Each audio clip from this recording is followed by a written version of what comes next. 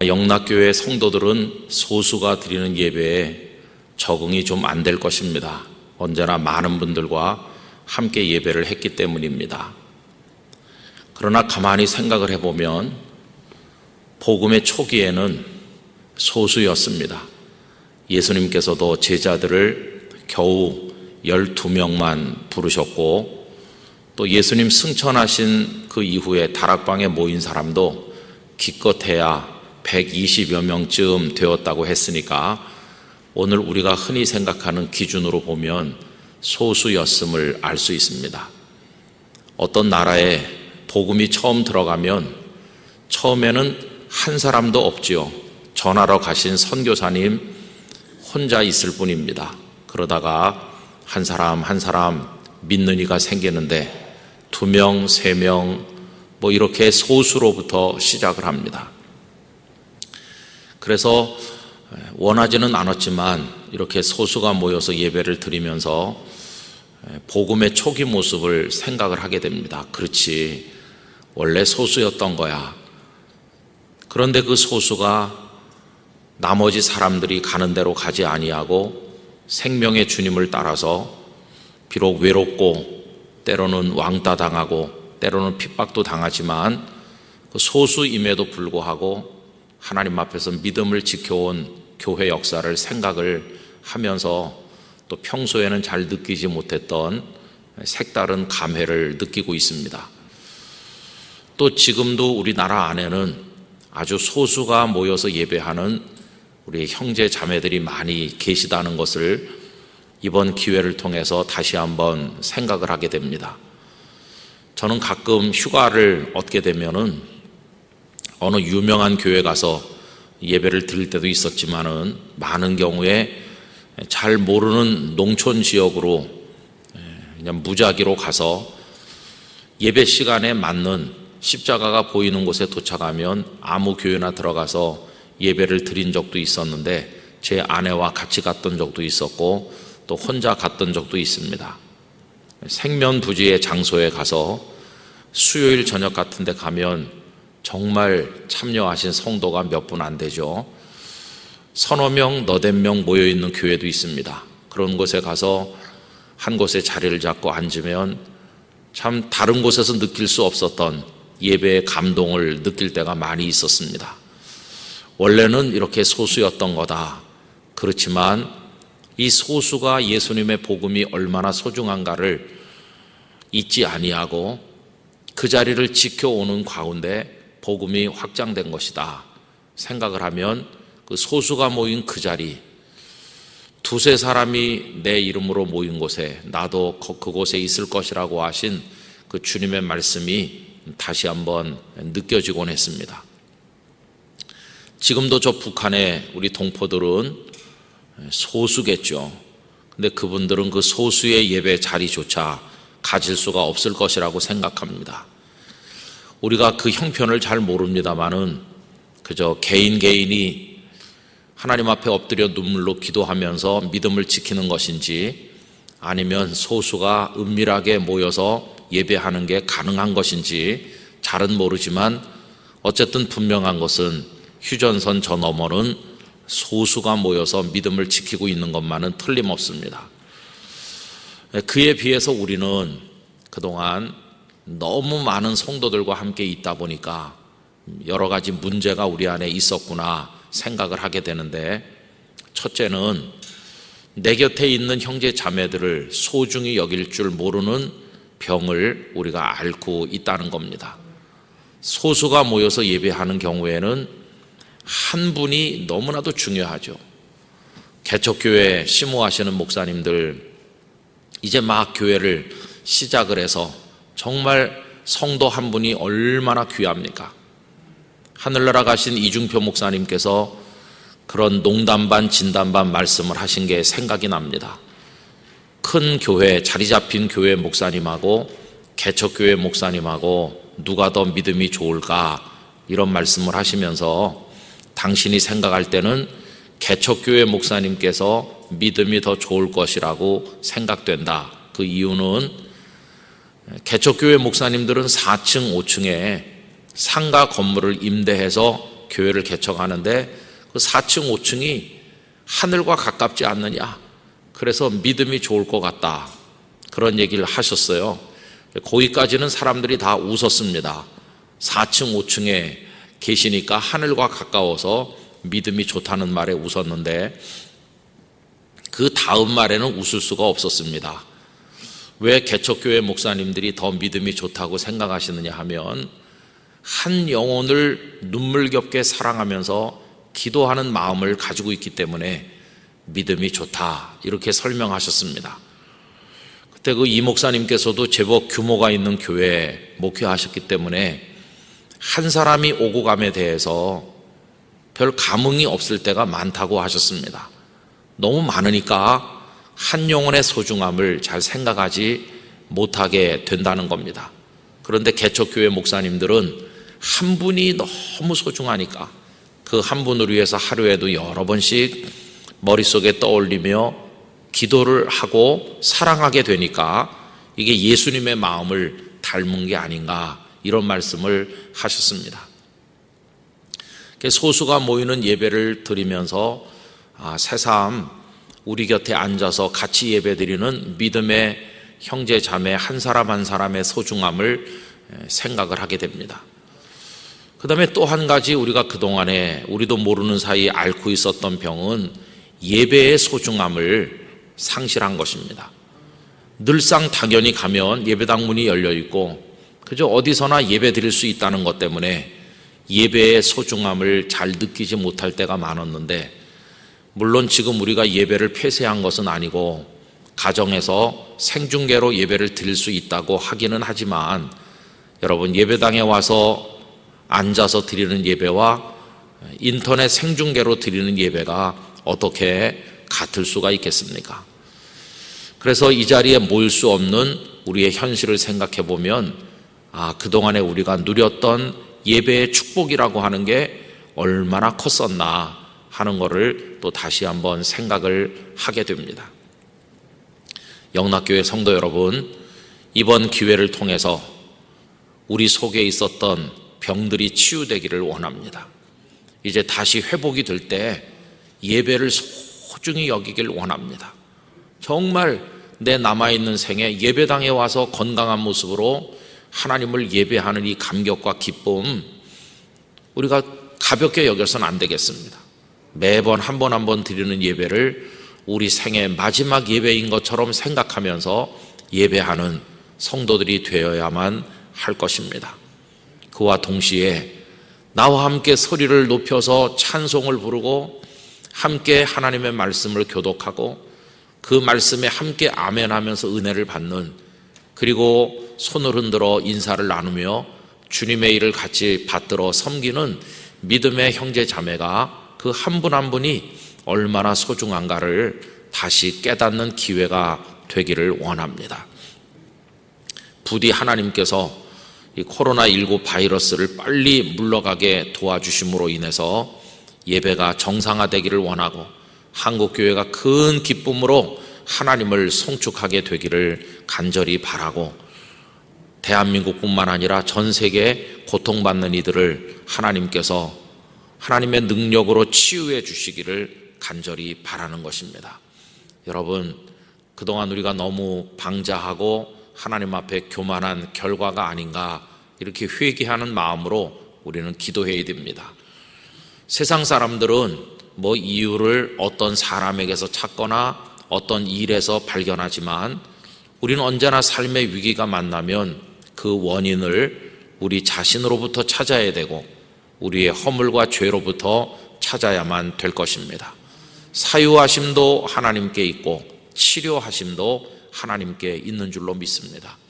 그런 마음으로 성도님들 흩어져 계신 곳에서 더 깊이 기도하면서 더 진지하게 삶을 살아가시게 되기를 바라고 이제 이번 사태에 대해서 교회가 이런저런 내용을 성도님들에게 보내드리고 공지할 텐데 잘 보시고 차질 없이 따라주셔서 일사불란하게 움직임으로 영락교회 성도들이 신앙생활도 잘 유지되고 또 지역 감염에 우리가 노출되지 않고 협력할 수 있도록 잘 이루어지기를 간절히 바라는 것입니다. 이 어려운 때 장사도 어렵고 직장도 다 문을 닫고 힘든 때인데 용기를 잃지 마시고 하나님을 의지하면서 영락의 성도들이 승리하시게 되기를 간절히 바랍니다. 오늘 우리가 요한복음 11장 말씀을 계속해서 묵상을 하게 되는데 예수님께서 죽은 나사로를 살려내는 대목에 오늘 말씀이 이르게 되었습니다. 예수님께서 나사로가 병들었다는 전가를 받으시고도 이틀 동안을 지체하시는 동안 나사로는 죽었고 무덤에 장례 지내졌습니다. 그리고 그 이후에 예수님께서 오셨을 때 마르다가 먼저 달려나와서 예수님을 만났고 오늘 본문에 보면 이제 마리아가 나와서 예수님을 만납니다. 그런데 오늘 본문 속에 예수님은 우시는 예수님으로 등장을 하고 있습니다. 여러분, 예수님도 눈물이 있었다고 하는 사실이 얼마나 우리 마음에 새롭게 다가오는지 모릅니다. 울 일이 많은 세상에 우리가 살고 있는데 우리는 우는데 예수님께서는 언제나 웃으시기만 한다면 참 예수님과 우리의 거리감이 많이 느껴졌을 것 같습니다. 그런데 우리 주님은 우는 자들과 함께 우시는 분이십니다. 그래서 우리에게도 바울 사도를 통해서 웃는 자들과 같이 웃으라고, 즐거워하는 자들과 함께 즐거워하고 우는 자들과 함께 울라, 그런 권면을 주신 적이 있지 않으십니까? 근데 오늘 보니까 예수님은 우시는 겁니다. 예루살렘 성이 무너질 걸 생각하면서 우신 적도 있으신데 오늘 본문 속에서도 예수님은 눈물을 흘리시더라 이렇게 되어 있죠. 여러분, 그 33절 말씀에 보시면 이때 예수님의 마음이 비통하셨다는 것을 알 수 있습니다. 예수께서 그가 우는 것과 이제 마리아가 우는 거죠. 또 함께 온 유대인들이 우는 것을 보시고 심령에 비통이 여기시고 불쌍히 여기사. 주님의 마음이 막 그렇게 불편하시고 마음이 아프시고 괴롭고 슬프고 그런 모습을 보여주고 있습니다. 우리가 참 슬픈 장례식에 가든지 딱한 일을 만난 사람 얘기를 들으면 어떻게 도와주는 방법이 없을 때 우리가 할 수 있는 것은 그 고통을 같이 느끼는 거죠.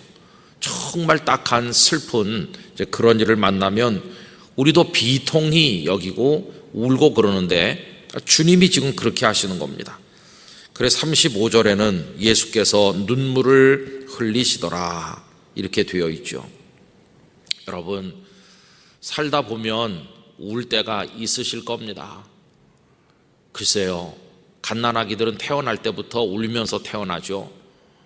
어떤 분들은 설명하기를 울 일이 많은 세상에 태어난 걸 슬퍼하면서 우는 거라고 설명을 합니다만은 그거는 다분히 철학적인 설명이라고 생각이 듭니다. 아기의 탄생에 대해서 나름대로 그렇게 해석을 하는 거죠. 그런데 그 해석이 그리 틀린 건 아닌 것처럼 느껴지기도 하는 것은 이 세상에 울 일이 너무 많기 때문입니다. 여러분, 아이들 그저 징징대면서 젖을 먹여주지 않아도 울고 잠자리가 불편해도 울고 우는 게 엄마와의 소통의 방법일 때가 많이 있습니다. 아이가 울면 엄마는 이 녀석이 기저귀를 갈아달라고 하는구나, 이 녀석이 배가 고프구나, 졸립구나, 이런 걸 알죠. 그리고 커가면서 형이나 누나가 있으면 또 싸우면서 웁니다. 장난감 내 거라고 그러면서 울고 또 친구들과 놀다가 싸우다 울고 이러면서 울죠. 근데 그때는 크게 웁니다. 어린 아이들 우는 거 보면 그냥 뭐 주변 사람 안중에 없이 냅다 소리를 지르면서 으앙 그러면서 울죠. 그런데 이제 나이 들어가면서 사람들의 울음소리는 속으로 잦아들고 겉으로 잘 드러나지 않습니다. 남들 앞에서는 가급적 울지 않으려고 합니다. 사람들이 마음 아프시죠? 그러면 어린 애들은 여과 없이 울어 지치는데 어른들은 아니에요, 이렇게 위장합니다. 그러나 위장할수록 그 속의 슬픔은 더 깊어지는 것이고 남몰래 돌아서서 아무도 없는 곳에서 홀로 우는 사람들이 얼마나 많습니까? 나중에는 그 눈물마저 말라버린다고 그러는데 그게 우리 인생의 모습이죠. 모두가 웃고 있는데 나 혼자 운다면 그것처럼 비극적이고 마음 아픈 일은 없을 텐데, 여러분, 우리 곁에 함께 울어주시는 분이 계시다고 하는 게 얼마나 큰 은혜입니까? 얼마나 큰 위로가 되는지 말로 다 알 수가 없습니다. 아무리 막다른 골목에 다다라고 힘들다 할지라도 함께 울고 함께 기뻐해 주시는 주님이 계시다는 사실을 결코 잊지 말아야만 될 것입니다. 그 주님과 모든 것을 함께 나누면서 살아가는 우리들이 되기를 원합니다. 그러면 예수님은 오늘 본문에서 왜 우셨을까요? 그것은 인생의 그 비극적인 모습을 보면서 같이 느끼시는 겁니다. 방금 읽었던 33절에 다시 한번 보시면 예수님께서 마리아가 우는 것과 또 함께 온 유대인들이 우는 것을 보시고 비통히 여기셨다. 여러분, 예수님께서 보실 때 거기 모인 사람들이 다 기뻐하고 다 즐거워하면서 모두가 얼굴이 환하면 아마 예수님께서도 활짝 우시셨을 겁니다. 그런데 거기 모인 이들이 다 하나같이 가슴이 저미는 고통 가운데 울고 있으니까 그걸 바라다 보시는 예수님께서도 우시는 것이죠. 여러분, 예수님은 삼위일체 하나님의 그 존재의 모습 안에서 창조주 아니세요? 그분이 바로 하나님이시죠. 하나님께서 이 세상의 만물을 지으시고 그 안에 사람을 창조하실 때 그렇게 비극적으로 슬퍼하며 울며 살라고 지으신 건 아니건만 어떻게 이들이 이렇게 우는 자가 됐을까? 창조주의 아픔이죠. 피조물의 고통에 대한 창조주의 고통이라고 말할 수 있겠습니다. 마치 아버지 어머니께서 아들과 딸을 낳아 키울 때 그 어떤 부모가 그 아이가 커서 언제나 우는 사람이 되어 살기를 원하겠습니까? 우리 자녀들이 몸과 마음과 영혼이 다 건강해서 어디 가서나 꽃처럼 피어나고 열매 맺고 행복하게 살기를 부모님들은 간절히 원하셨을 텐데, 그래서 밤낮 없이 수고하시고 진자리 마른 자리 갈아 누이면서 키우는 건데, 이 아이가 커가지고 인생의 파국을 맞이하고 늙은 부모 앞에서 비극적으로 주저앉는 모습을 보면 그 부모님이 얼마나 슬퍼합니까? 그 자식의 비극을 보며 슬퍼하는 부모님의 아픈 마음, 그것처럼 당신께서 지으신 이 땅의 인생들이 이 죽음의 고통 앞에서 이렇게 괴로워하고 우는 것을 보시면서 당신께서도 함께 우시는 것이죠. 그 눈물이 전이 돼요. 이거는 하나님과 우리 사이에 사랑이 흐르고 있기 때문에 우리의 고통이 그분의 고통이 되는 것입니다. 그래서 주님께서 울어 눈물을 흘리신 것을 말씀합니다. 그 다음에 또 그들이 울 때 주님이 우셨을 뿐만 아니라 예수님께서는 그들의 믿음 없음 때문에 마음 아파서도 우셨다는 걸 알 수 있습니다. 여러분, 이들의 불신앙의 모습을 지난번에 마르다를 중심으로도 좀 말씀드렸는데, 마르다가 뭐라고 하나요? 예수님께서 여기 계셨더라면 우리 오라버니가 죽지 않았을 텐데요 라는 식으로 하거든요. 이 예수님은 죽은 자도 일으키시는 분이라는 것까지는 마르다가 믿질 못하고, 병을 고치실 수 있다는 건 내가 믿어요, 그러나 이미 죽으면 그걸로 끝이죠 뭐 하는 식으로 예수님에 대한 믿음이 한계가 있지 않습니까? 근데 오늘 본문에 보면 마리아도 똑같이 말을 하는 걸 볼 수 있습니다. 여러분, 오늘 본문 32절, 마리아가 예수 계신 곳에 가서 배웠고 그 발 아래 엎드려 이르되 주께서 여기 계셨더라면 내 오라버니가 죽지 아니하였겠나이다 하더라. 그 마르다가 한 말과 마리아가 하는 말이 똑같아요. 이 속에 절반은 병든 오라비라면 고칠 수 있었을 텐데요 하는 절반의 믿음, 그러나 죽은 다음에는 당신께서도 어찌할 수 없지 않느냐 하는 절반의 불신앙, 이게 언니에게도 있고 동생에게도 있는 걸 볼 수 있습니다. 뿐만 아니라 거기 함께 울기 위해서 온 유대인들 마음속에도 이 불신앙이 있는 거죠. 37절에 보시면 그중 어떤 이는 말하되 맹인의 눈을 뜨게 한 이 사람이 그 사람은 죽지 않게 할 수 없었더냐 하더라. 이게 무슨 말일까요? 저 예수라는 이가 맹인의 눈을 뜨게 했다고 들었는데 나도 그거는 인정해. 나도 그 눈 뜬 사람 봤거든. 뭐 이런 식이겠죠. 눈을 뜨게 하는 능력까지는 믿어요.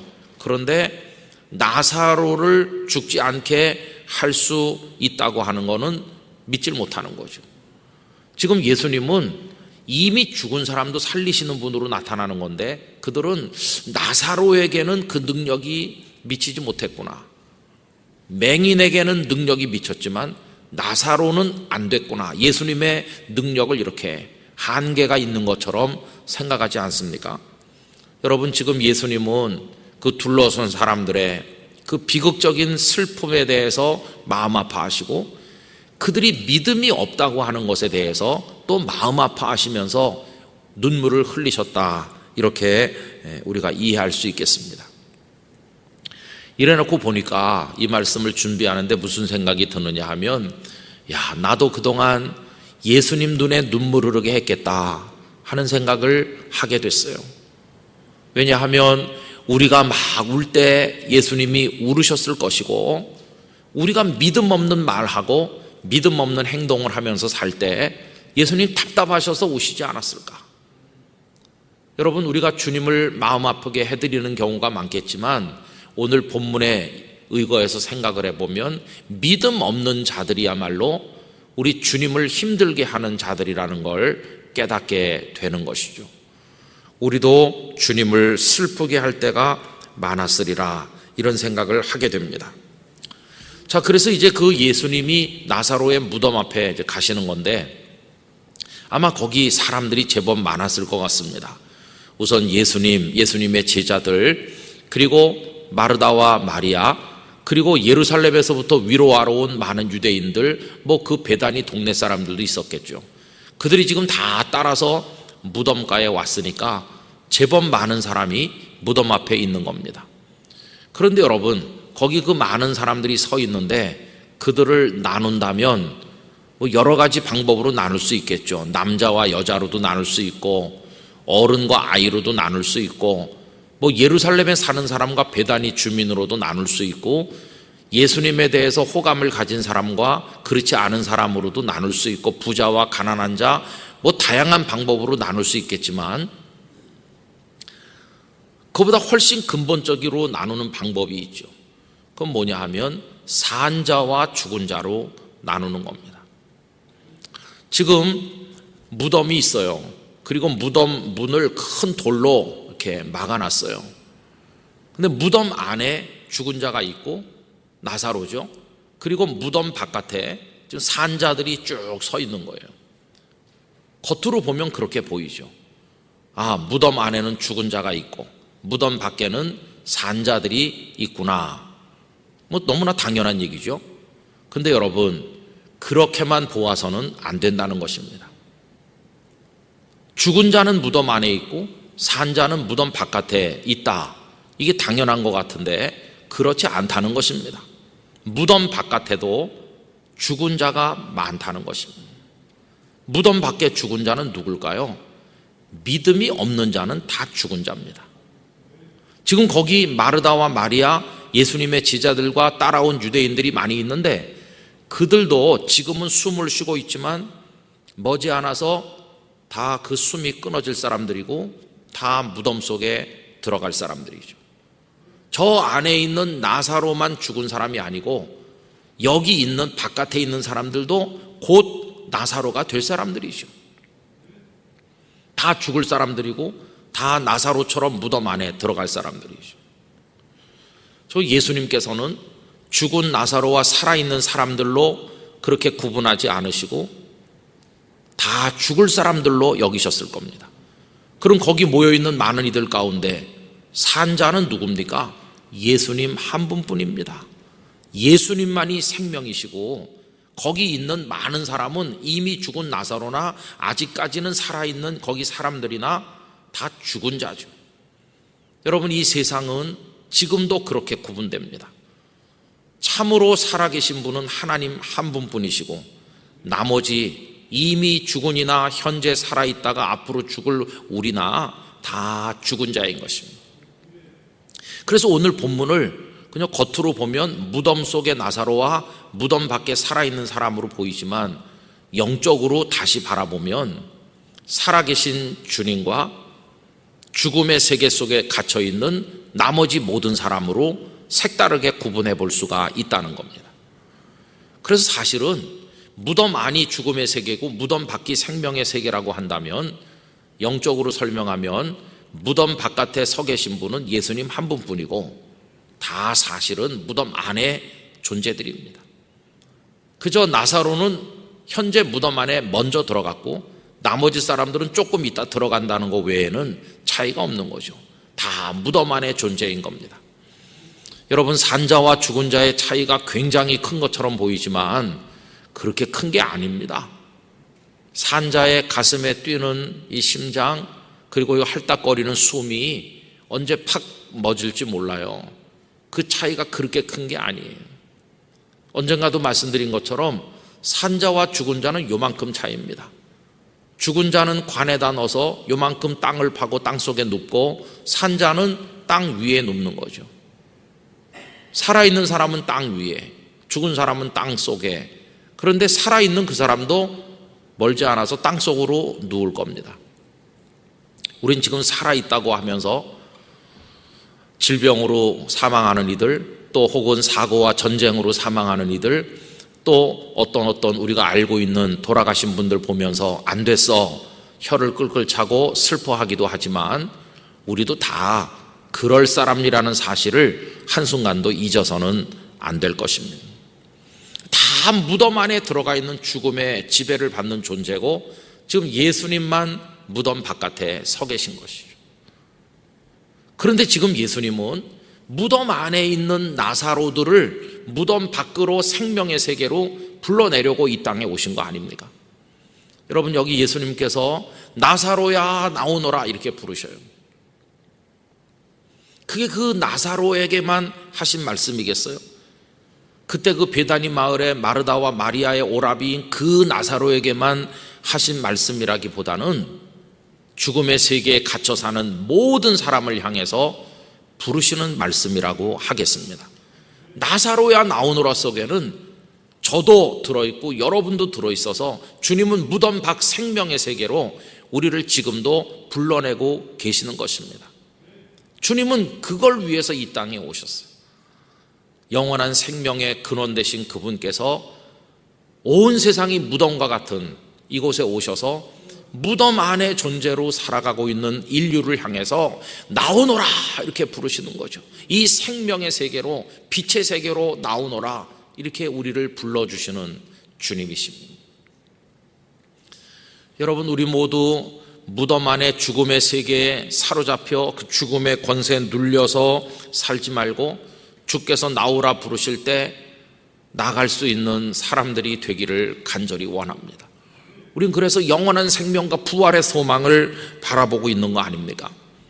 그런데 예수님께서 나사로를 나오라고 이렇게 하는 그 과정에 한 가지 그들에게 하시는 말씀이 있어요. 그게 뭐냐 하면 돌을 옮겨 놓으라 하는 거죠. 여러분, 무덤 문을 큰 돌로 이렇게 막아놨잖아요. 그 당시 유대인들은 대부분 무덤을 파고 그리고 그 안에다가 사람을 이렇게 넣습니다. 지금 우리나라는 땅을 파고 관을 모시고 그 위에 흙을 다 덮고 막 밟아가지고 이렇게 하지만 유대인들의 무덤은 굴 형태로 되어 있어서 사람이 들어가서 볼 수 있어요. 그럼 여기 시신이 한 구, 저기 한 구, 뭐 굴이 큰 데는 여러 시신들이 다 거기 같이 모셔져 있어요. 그게 어떻게 가능하냐 하면 그곳에 석회암이 많은 곳이라서 비교적 파고 들어가기가 용이하다고 합니다.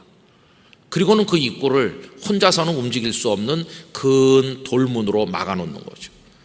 여러분, 한번 머릿속에 그림을 그려보세요. 무덤 안에 죽은 자가 있고 무덤 밖에 생명의 예수님이 계시는데 통해야 되는데 통하지 못하도록 그 가운데 큰 돌문이 떡하니 가운데 가로막혀 있는 거죠. 이 죽음의 세계와 생명의 세계가 이렇게 통하려면 그 가운데 가로막혀 있는 돌문, 이거를 치워야 되는 거죠. 이 돌문을 치우는 게 뭘까요? 돌을 옮겨 놓으라. 여러분, 이 돌은 주님과 우리를 갈라놓는 장벽과도 같은 것인데 죽음의 세계와 생명의 세계를 딱 가로막는 건데, 이 돌문의 그 위치처럼 주님과 우리를 가운데서 가로막고 있는 게 뭘까요? 다른 게 아니라 믿음이 없는 신앙의 모습, 그 믿음 없음, 불신앙, 그게 바로 주님과 우리 사이를 가로막고 있는 거죠. 아까 말씀드리기를 예수님께서 비통히 여기시고 눈물을 흘리시는 이유가 인생들이 겪는 그 고통을 보셨기 때문이기도 하지만 그들의 믿음 없음에 대해 안타까워하시기 때문이라고 그랬잖아요. 돌을 옮겨 놓으라는 말은 너희 속에 있는 그 믿음 없음의 돌, 그 불신앙의 돌을 옮겨 놓으라. 그 옮겨 놓으면 너희와 내가 막힘없이 통하고 너희가 죽음의 세계에서 나에게로 달려나올 수 있다.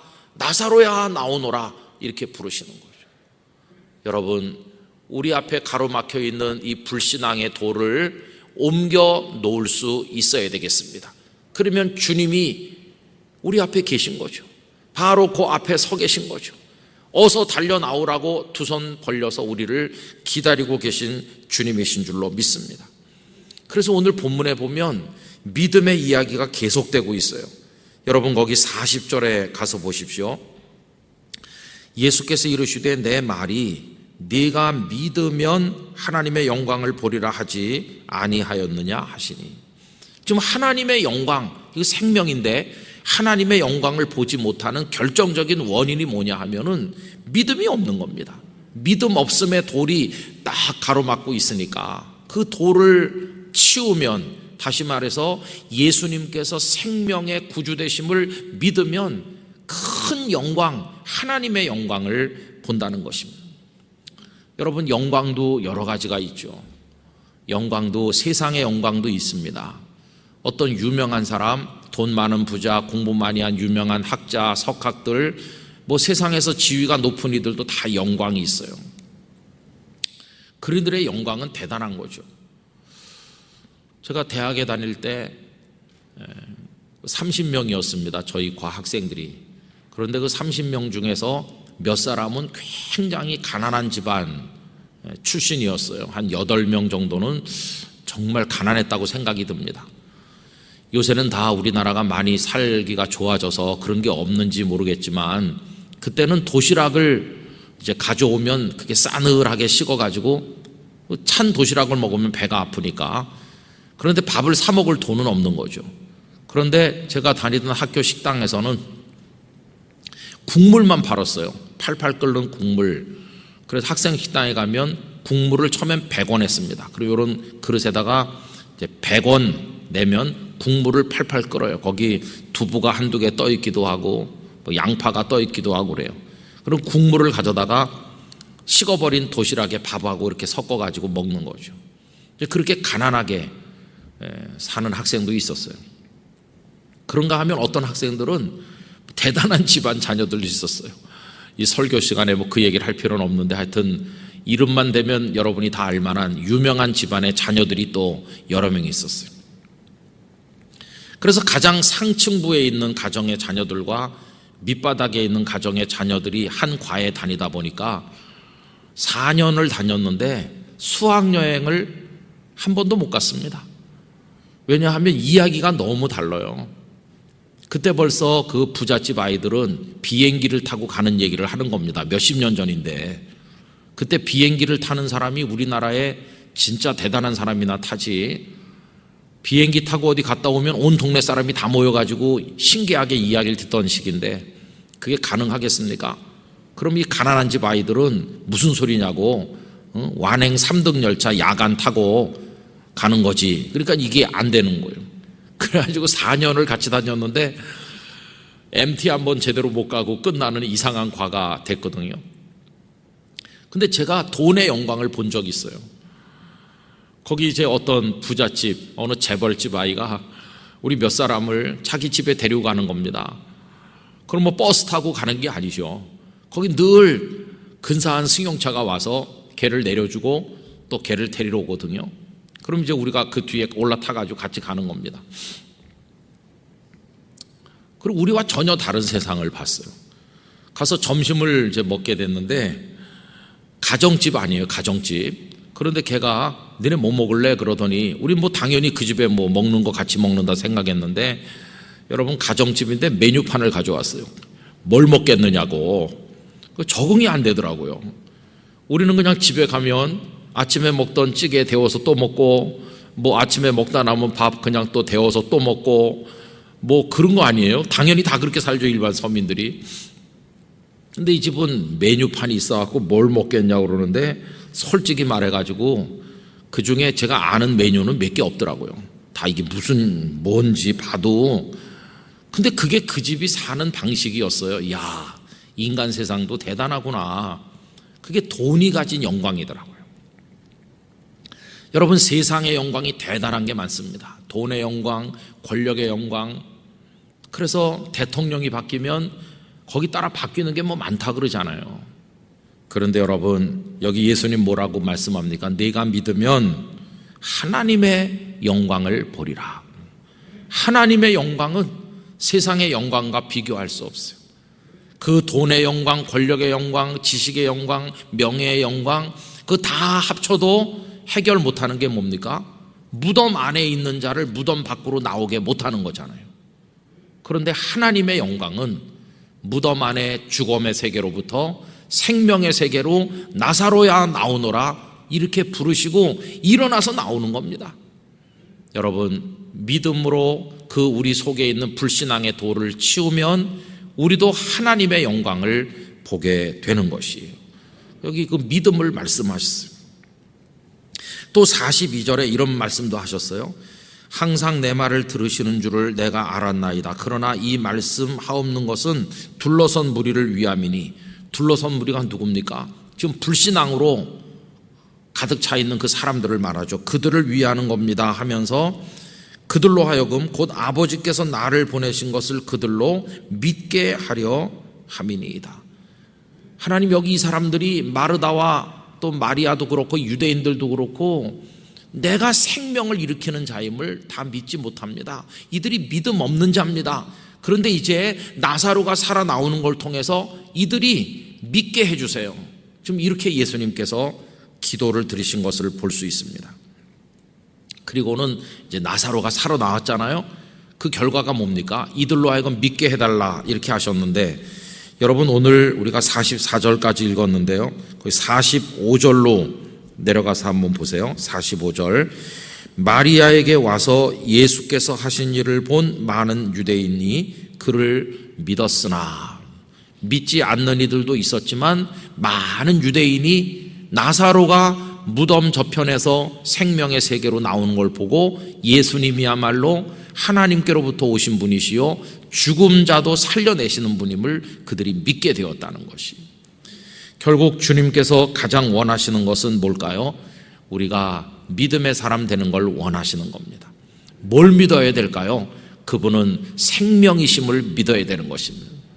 살아있는 자를 계속 살게 하실 뿐만 아니라 죽은 자도 일으키시는 분이라는 걸 믿기를 원하고 계신 것입니다. 그 믿음이 돌을 치우는 것과 같은 것이고, 그럴 때 주님이 불러내시면 죽음의 권세가 우리를 붙들어도 우린 뿌리치고 생명의 구주께로 나올 수가 있게 되는 것입니다.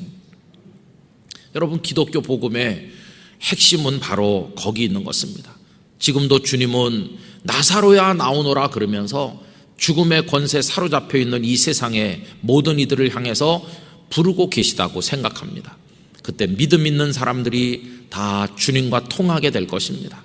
우리를 가로막고 있는 불신앙의 장벽이 제거될 때 우리들은 예수님의 생명 안으로 들어가게 될 줄로 믿습니다. 여러분, 오늘처럼 세상이 어둡고 불안하고 죽음의 권세가 다 널려 있죠.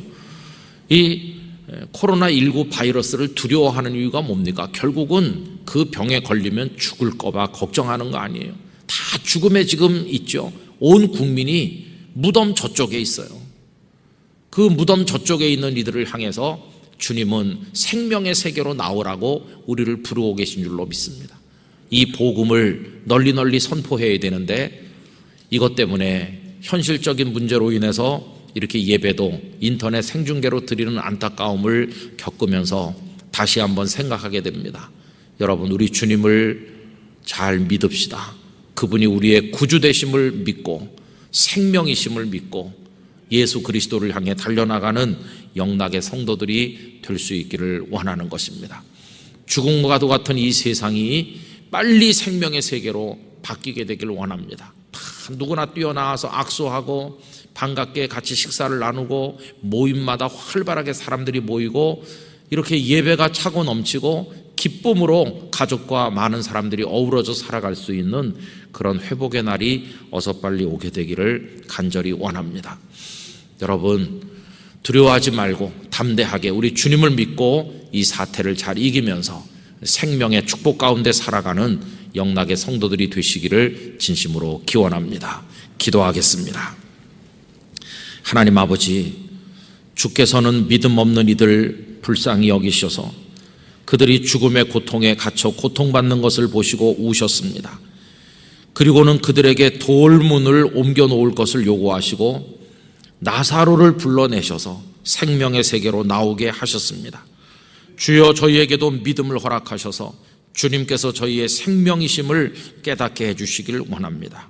살아있다는 교만을 버리고 다 무덤 속의 존재처럼 살아가는 저희들인데 예수 그리스도의 생명의 은총 가운데 기뻐 뛰게 하여 주시옵소서. 참 믿음을 주시옵소서. 예수님의 이름으로 기도하옵나이다. 아멘.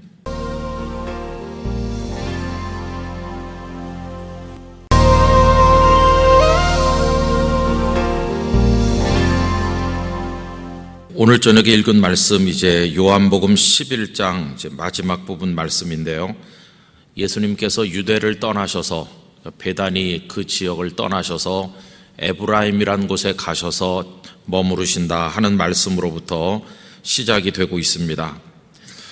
예수님께서 그 베다니 지역을 떠나신 이유는 다른 게 아니고 오늘 54절부터 읽었는데 그 앞에 53절 말씀해 보시면 이날로부터는 그들이 예수를 죽이려고 모의하니라 이렇게 되어 있죠.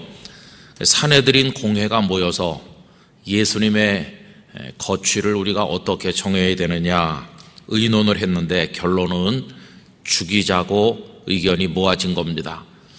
예수님께서 나사로를 살려내신 일로 인해서 많은 사람들이 예수님을 믿게 되고 그 소문이 날이 갈수록 퍼져가고 이렇게 되자 사내들인 공회 사람들은 예수님을 죽이기로 마음을 먹게 됩니다.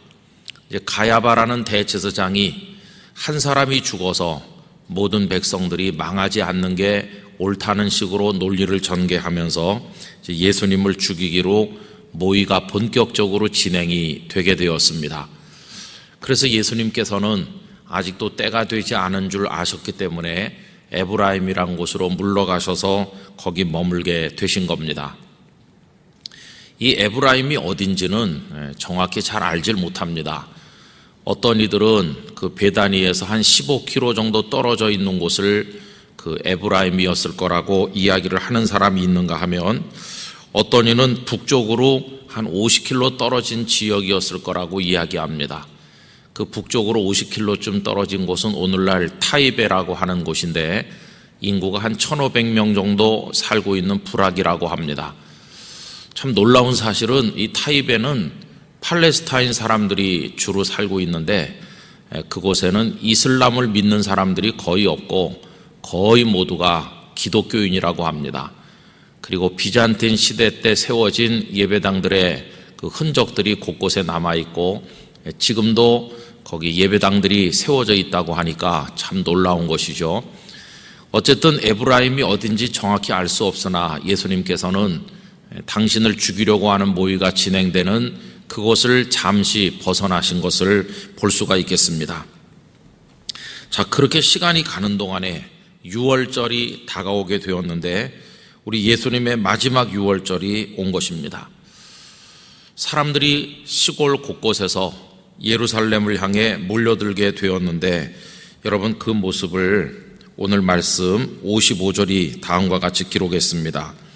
유대인의 유월절이 가까움에 많은 사람이 자기를 성결하게 하기 위하여 유월절 전에 시골에서 예루살렘으로 올라갔더니라고 되어 있습니다. 사람들이 유월절에 올라가는데 조금씩 일찍 올라갔다고 그러죠. 왜냐하면 유월절을 지킬 준비를 하기 위해서, 자신을 성결하게 하기 위해서 서둘러서 예루살렘으로 올라간 겁니다. 어떤 사람은 한 일주일 일찍 올라온 사람도 있을 것이고, 이틀, 사흘 먼저 올라와서 나름대로 이제 하나님 앞에 절기를 지키기 위한 마음의 준비들을 하는 거죠. 거기 우리 눈길을 끄는 것은 자기를 성결하게 하기 위하여라고 하는 구절입니다. 사람들은 다 나름대로 자신이 하나님 앞에 부끄럽다고 하는 본능적인 느낌을 가지고 있었다고 생각이 됩니다. 또 이 사람들이 어느 정도 신실한지는 모르지만 여호와 하나님을 경외한다고 하는 유대인들이다 보니까 하나님 앞에 자신을 돌아보는 마음이 있었을 것이고, 그래서 성결하게 유월절을 지키고 싶은 생각들은 다 있었던 것 같습니다.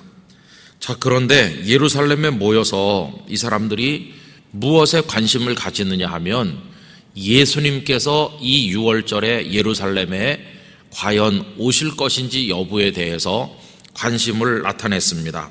거기 58절, 56절 말씀에 보시면, 그들이 예수를 찾으러 성전에서 서서 서로 말하되 너희 생각에는 어떠하냐, 그가 명절에 오지 아니하겠느냐 하니, 이렇게 의견들을 나눕니다. 그 예수 선생이 이번 6월절에 올까 이러는 거죠. 이미 예수님의 명성은 모르는 사람이 없을 만큼 널리 퍼져 있고, 예수님께서 유대 지도자들과 굉장한 갈등 속에 있다는 것도 알고 있고, 그리고 심지어는 유대 지도자들이 예수님을 잡고자 한다는 것도 알고 있습니다. 여러분, 그 밑에 57절, 이는 대제사장들과 바리새인들이 누구든지 예수 있는 곳을 알거든 신고하여 잡게 하라 명령하였음이로라. 하나님의 아드님께서 마치 지명수배된 죄수처럼 지금 그런 형상이 되어 있는 겁니다. 예수가 나타나면 신고해라. 그래서 그를 잡아 죽여야 되겠다. 지금 이렇게 되어 있는 거죠. 사람들의 관심사가 예수님께서 6월절에 올라오실 건가 그렇지 않은가, 거기에 모아져 있는 것을 볼 수 있습니다. 여러분, 이들이 예수님을 다 기다리고 있는 것처럼 보이기도 하고 예수님을 찾는 사람들로 이제 등장을 하는 것을 볼 수 있어요. 그럼 예수님은 어떤 분이십니까? 마치 어떤 이슈를 몰고 오는 사람처럼 여겨지죠. 요즘도 보면 어떤 정치인 아니면 사회적 파문을 일으키는 어떤 사건을 저지른 어떤 사람, 뭐 그런 게 많이 있잖아요. 그러면 사람들이 다 그 사람에 대해서 관심을 가집니다. 그가 한 말들, 그가 가져온 사회적 파장들에 관해서 의견을 다 개진하는 거죠. 그래서 찻집에 앉아서, 가정에 앉아서, 친구들하고 둘러 앉아서 3, 4, 5 앉아가지고 그 사람이 좋은 사람이다, 나쁜 사람이다 평가도 하고, 그가 한 말에 대해서도 평가를 하고, 그가 한 행동에 관해서 자기 나름대로 의견을 피력합니다. 그런 게 요즘에는 우리 SNS를 통해 가지고 댓글이 뭐 엄청나게 달리기도 하죠. 막 욕하는 사람도 있고 좋다는 사람도 있고, 그래서 사람들의 마음을 다 이렇게 들었다 놨다 하는 그런 사건들, 또 거기 중심에 서 있는 사람들 있지 않습니까? 지금 예수님께서 마치 그런 입장에 계신 겁니다. 사람들 모이기만 하면 그 예수를 죽이려고 한다던데, 그래요? 그래도 그분 괜찮은 분인 것 같은데 뭘 괜찮어? 당장 없애야지. 뭐 의견들이 다양했을 거고, 그런데 그 사람, 그 예수 이번에 올까? 이러는 거죠. 여러분, 하나님의 아드님이신 그분이 어떻게 사람들에게 이런 관심의 대상이 되셨나? 믿음의 대상이셔야 될 그분이 사람들의 가십거리처럼, 그냥 사회적 관심사처럼 되어 있는 것을 우리가 볼 수 있습니다. 여러분, 예수님은 어떤 분이신가요? 우리들에게 있어서. 어떤 책에서 이런 이야기를 읽었어요. 천국에서 예수님과 베드로가 산책을 하게 되었다고 합니다. 아름다운 광경을 보면서 천천히 걸어가는데 예수님께서 베드로에게 질문을 하셨대요. 베드로야, 요새 저 지구에 살고 있는 세상 사람들이 나를 누구라고 하더냐? 여러분, 마치 마태복음 16장에 빌립보 가이사라 지방에 가신 예수님께서 사람들이 나를 누구라 하더냐? 이렇게 질문하신 거 생각나죠? 그랬더니 엘리야, 예레미야 혹은 선지자 중에 한 사람이라고 합니다. 이렇게 대답하지 않았어요? 근데 천국에서 이제 그런다는 거예요. 참 재미난 이야기죠. 저 땅에 살고 있는 세상 사람들이 요즘 나를 누구라고 하더냐? 그러니까 베드로가 이렇게 말하던데요. 뭐라고? 존재의 근원에 종말론적 자기 계시라고 하던데요. 이렇게 대답하는 거예요. 예수님께서 뭐라고? 다시 말해봐라. 존재의 근원에 종말론적 자기 계시라고 하던데요. 나를? 네. 그게 무슨 말이냐? 그게 좀 복잡한데요. 존재의 근원이란 말은 폴 틸리라는 사람이 한 말이고요. 종말론 그거는 불트만이라는 사람이 많이 얘기했고요. 자기 계시는 칼 바르트라는 신학자가 많이 말했는데요. 근데 그게 도대체 무슨 뜻이냐? 그거를 좀 이해하려면 신학교에 가서 적어도 어느 과목에서 3시간 이상 한 학기 들어야 되고요. 그래도 한 2500페이지 이상의 책을 읽으면 조금 알 수 있다던데요. 그리고 좀 이해하려면 영어는 기본으로 해독할 수 있어야 되고 히브리어나 헬라어나 라틴어도 어느 정도는 파악할 수 있는 수준이 돼야 된다고 그러던데요. 예수님 그렇게 복잡한 게 아닙니다. 어떻게? 그 세 사람이 다 지금 우리 관할로 와 있습니다. 불러가지고 직접 물어볼까요? 그러니까 예수님께서 그냥 놔두라고 그랬대요. 여러분, 우리 관할로 와 있다는 게 무슨 말이에요? 다 이 땅의 생명이 끝나서 옮겨갔다 그런 얘기죠. 불러오지 말까요? 그냥 내버려 놔둬라.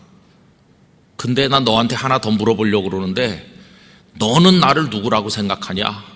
이렇게 물어보셨다는 거예요. 여러분, 마태복음 16장에 사람들이 나를 누구라고 하더냐? 이렇게 물어보신 예수님은 제자들에게 너희는 나를 누구라고 하더냐? 질문하셨고 베드로가 주는 그리스도시요 살아계신 하나님의 아들이시니이다 라고 대답하지 않았습니까? 너는 나를 누구라고 생각하느냐? 그러니까 베드로가 손가락으로 그 앞에 길을 이렇게 가리켰대요. 여러분, 그게 무슨 뜻일까요? 예수님은 지금 걸어가고 있는 길 같은 존재라는 고백이죠. 예수님과 베드로가 그 천국의 길을 산책하는 중인데 바로 그 길 같은 분이 함께 걸어갈 길 되시는 분, 내가 곧 길이요 이렇게 말씀하신 예수님이시니까 내가 내 인생을 제대로 걸어가기 위해서 올바른 목적지에 도달하기 위해서는 바로 따라 걸어야 될 길이 되시는 분 예수님이시다. 여러분, 누가 만든 이야기인지 모르지만 맨 처음에 그 이야기를 책에서 읽을 때는 혼자서 웃음이 막 나더라고요. 존재의 근원에 종말론적 자기 계시는 신학교 강의실에서 어려운 신학자들이 한 이야기를 이해가 되는 것 같기도 하고 무슨 말인지 모르는 것 같기도 하면서 난해한 신학 서적을 읽으면서 우리 옛날에 공부했던 내용들이죠. 수백 페이지짜리 책을 읽어도 아는 듯 모르는 듯 알 수가 없어요. 우리 예수님은 우리들에게 어떤 분이신가 질문하면 그런 분이십니까? 예수님은 신학 서적 속에서 가끔씩 이렇게 느껴지는 분이신가요? 어려운 강의실에서 어려운 얘기를 해야 예수님이 이렇게 보여지는 듯이 저는 지금도 생각나는 게 있는데 고등부를 졸업을 하고 그때 이제 대학부 청년부 이렇게 쭉 있잖아요. 지금 그게 대학부였었는지 청년부였었는지 잘 생각은 안 납니다. 하여튼 고등부 졸업하고 들어간 부서인데 어떤 때는 대학 청년부가 나눠져 있을 때도 있었고 어떤 때는 막 섞여 있을 때도 있었고 정확히 지금 기억이 잘 안 나는데 하여튼 고등부 졸업하고 올라갔어요. 올라가니까 완전히 달라진 거예요. 고등부에서는 주일 아침에 선생님하고 그 공과 공부라는 걸 했어요. 공과 공부는 상당히 쉽게 느껴졌습니다. 어려서부터 교회에서 자랐고 성경 말씀 웬만한 건 많이 들어서 알고 있으니까 뭐 공과 내용을 선생님 말씀하시면 아 그런 거지 이미 많이 알고 있는 내용이 그렇게 어렵게 느끼지 않았어요. 그런데 이제 고등부를 졸업을 하고 대학생이 되고 거기 이제 대학 청년들 모인 부서에 가니까 무슨 스터디 그룹 같은 걸 만든다는 거예요. 그러면서 운성이 너도 와라. 그때 교육전도사님이 이제 우리를 지도하는데 지금 생각해보면 교육전도사님이래 봤자 저보다 글쎄 한 서너 살 더 많았겠나. 제가 대학생이면 그분은 이제 신학교 다니는 건데 나이 차이도 얼마 안 나죠. 그래도 하여튼 전도사님 그러면서 이제 같이 앉아갖고 이제 스터디 그룹 같은 걸 하는 건데 성경을 공부하는 게 아니에요. 성경을 공부하는 게 아니고 무슨 신학자들의 글을 읽는 거예요. 근데 지금 읽은 내용은 하나도 생각이 안 나는데 하여튼 무슨 말인지 몰랐었다는 것만 생각나요. 그때 앉아가지고 이제 한 사람이 뭐 한 20페이지씩 30페이지씩 집에서 읽어가지고 정리해가지고 와서 한 10여 명 되는 그룹 앞에서 발표를 하고 토론하는 건데 발표하는 사람도 무슨 말인지 모르고 듣는 사람도 모르는 거죠. 아무리 생각을 해도 무슨 말인지 잘 모르겠는데 하여튼 전도사님은 혼자 열이 나가지고 막 얘기를 하는 거예요. 근데 그 전도사님이 그렇게 많이 말해준 내용 중에 가슴에 남는 게 하나도 없어요. 기억된 게 하나도 없어요. 그래서 저는 그 전도사님이 천재인 줄 알았어요. 와, 어떻게 이런 걸 다 꿰뚫어 앓고 저렇게 열정적으로 설명하나. 그러고 나서 몇 년 후에 제가 신대원에 가니까 우리가 읽었던 책이 그 학교에서 읽는 책이었어요. 교과서 중에 하나기도 하고 추천해서 읽는 책이기도 한데 신학교 가서 읽어도 모르기는 매 마찬가지더라고요. 그러면 그때 몇 년 전에 우리를 모아놓고 열을 올리던 전도사님은 그걸 다 알았을까? 잘 모르겠지만 제가 신학생 돼서 읽어도 잘 모르는 걸 보면 아마 그분도 그때 잘 모르지 않았을까? 잘 모르는 분이 잘 아는 듯이 말했기 때문에 우리 모두가 잘 몰랐던 게 아닐까? 그런 생각이 드는 거예요. 가정에서 이 예배를 드리는 우리 영락교회 성도 여러분, 여러분은 예수님을 아세요? 예수님이 누구신데 찾습니까? 그냥 사회적 파장을 몰고 온 어떤 분, 가십거리 사람들의 흥미진진한 이야기 속에 등장했다 사라지는 어떤 그런 분이신가요? 아니면 너무 어려워가지고 도대체 뭐가 뭔지 모르는 그런 분이신가요? 나름대로 사람들이 예수님을 찾는데 그 예수님은 우리에게 어떤 분이실까요? 여러분, 저는 우리 영락교회 성도들이 예수님에 관해서 예수님에 대해서 연구하거나 설명하려고 시도하는 이들이 되지 않았으면 좋겠습니다. 예수님께서는 연구 대상이 아니죠. 예수님은 토론 대상도 아닙니다. 연구가 처음엔 조금 할지도 몰라요. 이렇게 어떤 처녀 총각이 만나서 교제를 시작하면 이렇게 탐색을 하겠죠. 맨 처음엔 보면 아이고 저 남자가 그래도 키가 훤칠하다, 아니면 뭐 듬직하다, 아니면 힘이 넘쳐 보이네, 굉장히 다임나믹한 성격을 가졌나 보다, 아니면 차분한 것 같은데, 이런 거 탐색하겠죠. 가족이 몇 사람이나 되는지, 가정 분위기가 따뜻한지, 화목한 가정인지, 그리고 그 사람 자기 일하는데 재미를 느끼고 열심히 하는 사람인지 어떤지, 성품은 좀 이해심이 많고 따뜻한지, 이런 거 처음엔 탐색하겠죠. 그러나 그 탐색만 계속하고 있으면 분명한 사실은 남이라는 거예요. 남. 그냥 남이죠. 뭐 가끔 만나서 차 한잔 먹고 탐색하고, 그건 남이죠. 남은 내 인생에 별 의미가 없어요. 아무리 많이 만나서 탐색해도 그냥 정보만 아는 거죠. 그 사람이 회사에서 요새 무슨 일이 있었대더라. 어저께까지 몰랐던 거 오늘 하나 더 안다고 해서 내 인생에 무슨 변화가 일어납니까? 남인데요, 뭐 남. 근데 예수님은 그런 탐색, 연구, 설명 그런 대상이 아니죠. 여러분, 예수님은 그냥 우리랑 같이 사시는 분이세요. 이 처녀 총각이 그러다가 사랑해서 결혼을 해서 부부가 되고 10년, 20년 살면서 아이들을 낳고 세상의 모든 기쁨과 슬픔을 같이 나누면서 함께 살게 되면 당신 남편에 대해서 말해보라. 아내에 대해서 한번 설명해 보시오. 그게 설명이 됩니까? 물론 설명할 수 있죠. 키는 몇 센치고 요새 체중이 늘어서 어느 정도 나가고 그 사람이 다니던 직장을 뭐 계속 다니는지 관뒀는지 뭐 그런 거 말할 수 있죠.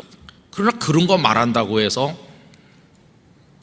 그 사람을 제대로 말하는 것입니까? 말로 할 수 없는, 같이 살면서 그 사람이 내 옆에 있음으로써 인해서 내 삶에 어떤 변화가 나타나는 건지.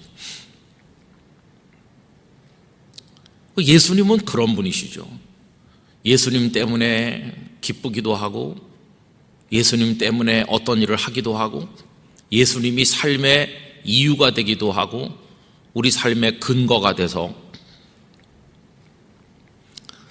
여러분, 우리 영락교회 성도들이 예수님에 관해서 말씀을 나눌 때 나무로서의 예수님이 아닌 내가 지금 걷는 길로서의 예수님이시고 내 속에서 나를 붙들고 계시고 날마다 낮이나 밤이나 내 인생 속에서 나와 뗄래야 뗄 수 없는 모습으로 함께 하시는 그런 예수님을 믿으시기를 바라는 것이죠.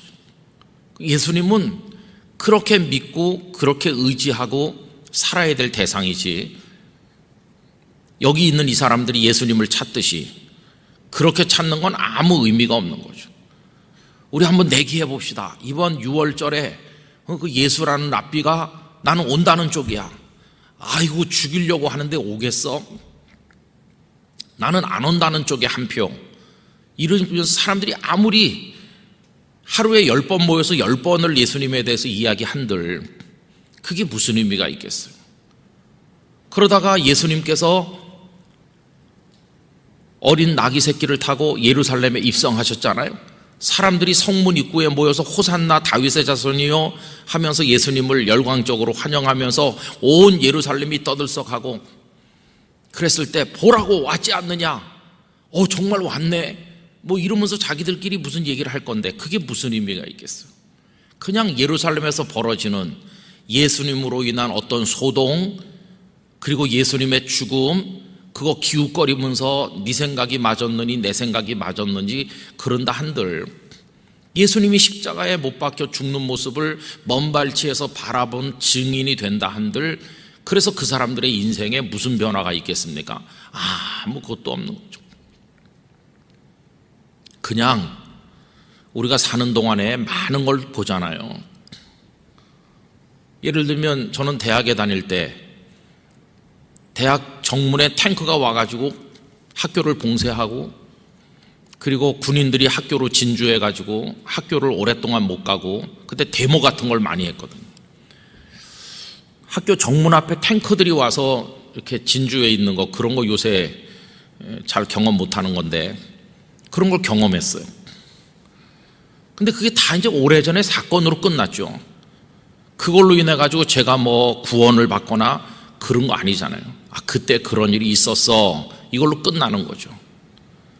예수님이 십자가에 못 박히신 걸 이 사람들이 봤다고 할지라도 한 10년, 20년 지난 다음에 그 어느 해인가 내가 6월절에 예루살렘에 갔는데 그때 그 예수라는 선생이 십자가에 죽는 걸 내가 봤지. 정말 보셨어요? 그럼 내가 가까이 있었다고. 그래, 어땠어요? 그렇게 말한다 한들 그게 무슨 의미가 있겠습니까? 여러분, 예수님은 그렇게 이야기 속에 등장하기 위해서 오신 분이 아니시잖아요.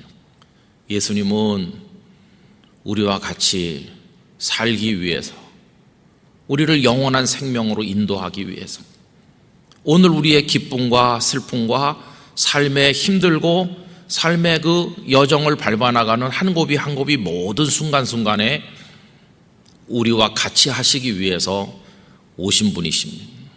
남이 아니죠. 영락교회 성도 여러분, 예수님 없이는 못 사는 분들이 되셔야 합니다.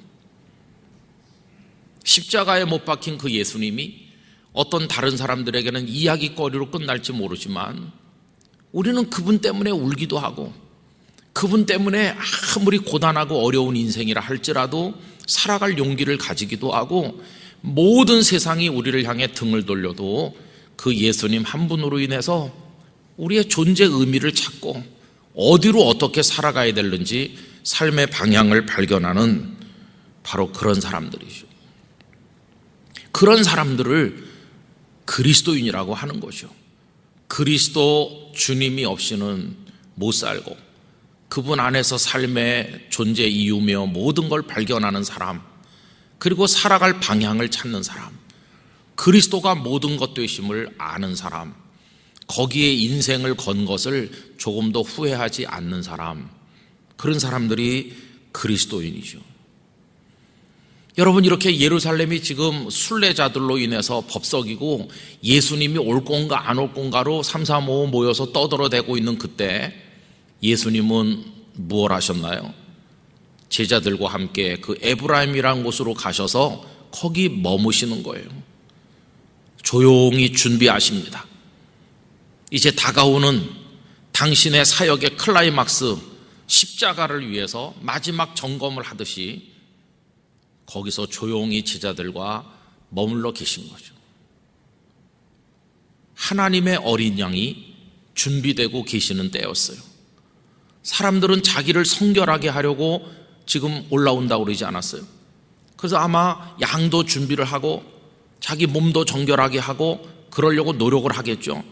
그러나 그들을 정말로 성결하게, 죄로부터 사망으로부터 건져서 거룩한 하나님의 자녀가 되게 할 진짜 어린 양은 따로 계신 거죠. 자기들이 미리 장만해 놓은 그 양이 아니라 진정한 어린 양, 그들을 거룩하게 하고 그들을 구원할 참된 어린 양은 조용히 그 빈들 가까운 에브라임에서 준비되고 계셨다 하는 것을 알 수 있습니다. 이제 이게 11장이 끝나는 거고 12장에 넘어가면 예수님께서 그들이 올까 안 올까 관심을 가지고 있는 그분이 예루살렘에서 오리 정도 떨어진 베다니 마을로 다시 오시죠. 그 12장 1절부터는 이제 베다니 마을에서 예수님을 위한 잔치가 열리고 마리아가 예수님께 향유를 부어드리는 그 이야기가 나오고, 그리고 예수님 예루살렘에 입성하십니다. 숨어 피하시는 예수님이 아니라 그 많은 순례자들 앞에 나귀 새끼를 타시고 떠들썩하게 입장하시는 거예요. 나 왔다 이렇게 선언하시는 거예요. 너희들을 성결하게 하기 위해서, 너희들의 가십거리가 아니라 너희들을 구원하기 위해서 내가 왔다. 그리고 13장에 넘어가면 이 세상에 있는 자기 사람들을 사랑하시되 끝까지 사랑하시니라 이렇게 하면서 대야에 물 떠다가 제자들의 발을 다 씻기시면서, 그리고 제자들과 최후의 만찬을 잡수시고, 그리고 남겨두고 가는 그들을 위해서 많은 말씀을 하시죠. 다락방 강화라고 하는, 그래서 포도나무 비유도 말씀하시고 보혜사 성령께서 오실 거란 얘기도 하고 두려워하지 말라고 하시고 너희를 위해서 초소를 예비할 거라고 하시고 많은 말씀들을 하시고 나서 17장으로 넘어가면 대제사장의 기도라고 하는 제자들을 위한 중보 기도를 하나님 앞에 올리시고, 그리고 18장에 가면 드디어 십자가의 길을 걷기 시작하시는 얘기가 쭉 나오죠. 그리고 이제 부활, 그리고 21장에 가면 제자들을 디베랴 바닷가에서 만나시는 얘기까지 이어지는 거죠. 그러니까 여기 11장 이 끝자락 오늘 읽은 이 말씀은 예수님의 십자가가 바로 코앞에 다가오기 직전에, 말하자면 거의 구분응성까지 도달한 주님의 이 땅의 사역이 조금밖에 남아있지 않는 바로 그때죠. 마치 뭐가 터지기 직전에 고요처럼 지금 그런 시간이죠. 주님은 그 에브라임에서 조용히 당신의 때를 준비하고 계셨어요. 사람들은 뭐 예수님이 오실 건가 안 오실 건가 가지고 시끄럽게 떠들고, 대제사장이나 바리새인들은 예수님을 잡으려고 눈이 충혈돼서 시뻘겋게 예수님을 찾아 헤매고, 세상은 그렇게 지금 어지럽고 요란스럽지만 세상을 구원하실 하나님의 어린 양은 그렇게 묵묵히 당신의 길을 준비하고 계셨던 것을 볼 수 있습니다. 그리고 결정적인 순간 주님이 나타나셨어요. 그 십자가를 지셨어요. 그리고 죽으시고 부활하심으로 우리의 구주가 되셨어요. 그리고 그 이후에 그 예수님으로 인해서 사는 사람, 예수님 없이는 못 사는 사람, 가난하고 힘들고 어려워도 그 예수님의 복음을 전하는 걸 위해 모든 걸 바치는 사람, 예수님 없이는 못 살고 그걸 따라가는 전혀 새로운 사람들이 등장했어요. 그래서 그 하드리아누스 황제에게 보낸 변증 문서에 보면 그들을 가리켜서 새로운 인종이 등장했다, 뉴 레이스가 등장했다, 그렇게 말하죠. 새로운 인종 같은 사람들이 이 땅에 출현했어요. 2000년 역사 동안 예수 그리스도 한 분만 바라보고 살아가는 그 새로운 인종들이 전 세계로 퍼져가서 오늘도 그런 이들이 곳곳에 있는 거 아닙니까? 오늘 오후 늦게 동남아에서 선교 사역을 하고 계시는 한 선교사님과 카톡 메시지를 주고받았습니다. 이제 그분은 원래는 그 원주민들 위해서 사역을 하는데 그 나라에 나환자들이 있는 마을이 있어요. 근데 그 나환자들을 돌보는 게 이게 여의치 않으니까 이분에게 도움을 요청해 온 거죠. 근데 당신 사역이 너무 바쁘니까 그 나환자 마을은 한참 또 몇 시간 가야 되니까 그게 잘 안 됐는데 최근 들어서 이제 그곳을 갔다는 거예요. 그 나환자들하고 찍은 사진 몇 장을 이렇게 카톡에 올리고 거기 갔다 왔노라 그런 이야기를 해왔어요. 그래서 그 사진을 이렇게 보니까 참 마음이 이상한 거예요.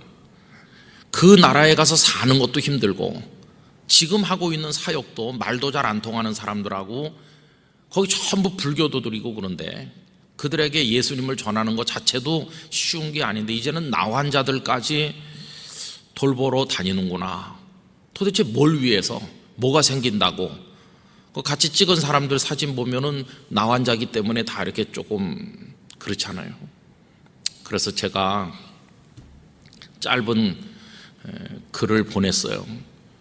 다 어렵고 힘든 시간들인데 또 코로나까지 겹쳐서 더 힘들지만 이렇게 묵묵히 가다 보면 주님께서 수고했어 이렇게 말씀할 날이 오지 않겠느냐고, 그때까지 우리 갈 길을 잘 가자고 그렇게 했어요. 그랬더니 목사님 감사합니다.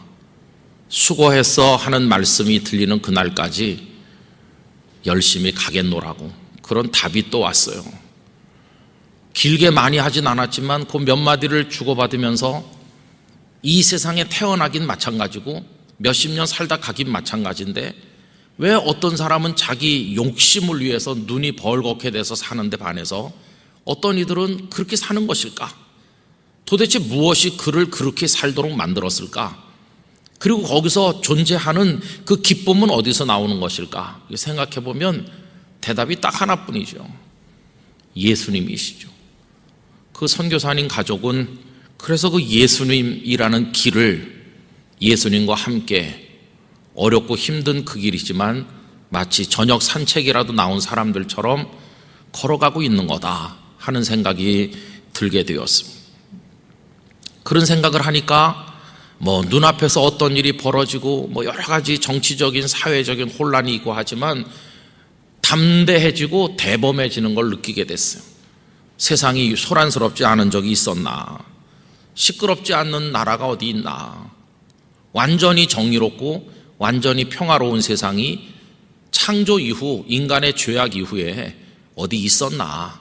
어디나 다 복잡하고 어려운 건데 우리도 그 중에 이 땅에서 요 한 토막 짧은 시간을 사는 건데 그 모든 일에 일희일비하지 말자. 낙심하지도 말고 흥분할 것도 없고 그저 그 예수님이란 길을 걸어서 그분과 함께 살면서 가야 될 길을 가자. 이런 생각이 드니까 마음이 평안해졌습니다. 저는 우리 영락교회 성도님들에게 예수님이 그렇게 특별한 분으로 남이 아닌 여러분의 주님으로 다가오시게 되기를 바랍니다. 그분을 그렇게 믿으시길 바랍니다. 그분을 의지하셔서 그 예수님과 함께 우리 인생을 살아가게 되기를 원합니다. 우리들은 한 90년 살 걸 내다보면서 우리 미래를 꿈꾸기도 하지만 90년이 아니면 어떻습니까? 좀 짧으면 어떻겠어요? 그냥 이 땅에 사는 동안에 그 예수님을 의지하고 살 뿐인 것이죠. 나중에 천국에 못 들어가는 사람은 나 예수님에 대해서 한 번도 들어본 적이 없어요. 아마 그런 사람 별로 없을 겁니다. 여기 이 사람들 다 예수님을 찾잖아요. 그 입에 예수라는 이름을 수도 없이 오르내리게 부르잖아요. 그러나 천국의 백성이 아닌 이유는 뭔가? 여러분, 예수님을 화제거리로 올린다고 천국에 들어가는 게 아니라, 그분을 연구하고 분석하고 설명한다고 천국 백성이 되는 게 아니라 그분을 믿음으로써 천국의 백성이 되는 것입니다. 그런 믿음으로 그 예수님 의지하고 예수님과 함께 예수님에 대해서 설명해 보세요.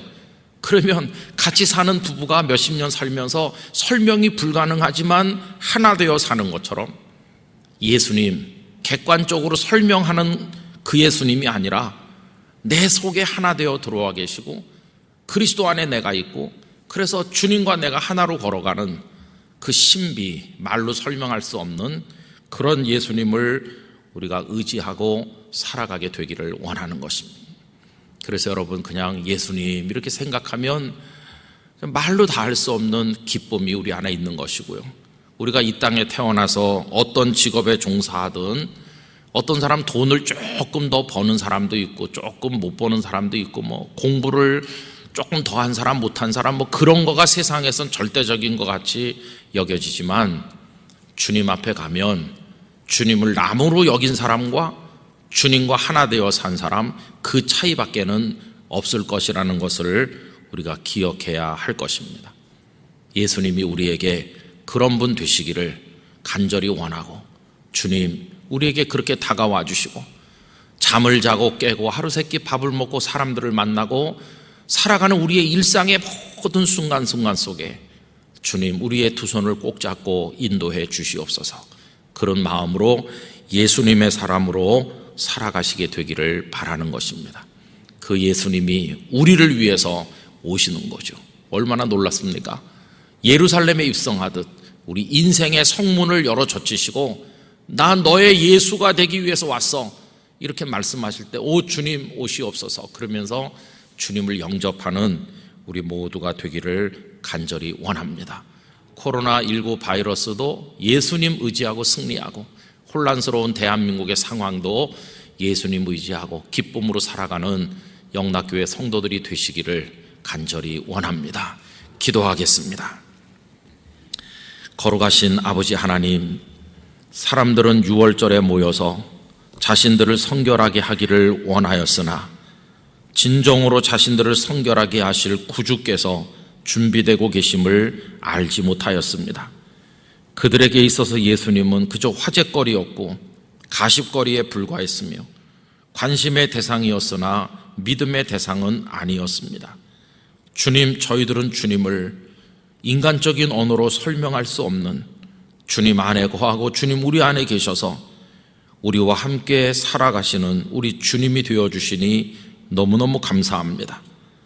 영락교회 모든 성도들이 예수님을 굳게 붙들고 예수님과 함께 생명의 길을 걸어가게 하여 주시옵소서. 예수님의 귀하신 이름으로 기도하옵나이다. 아멘.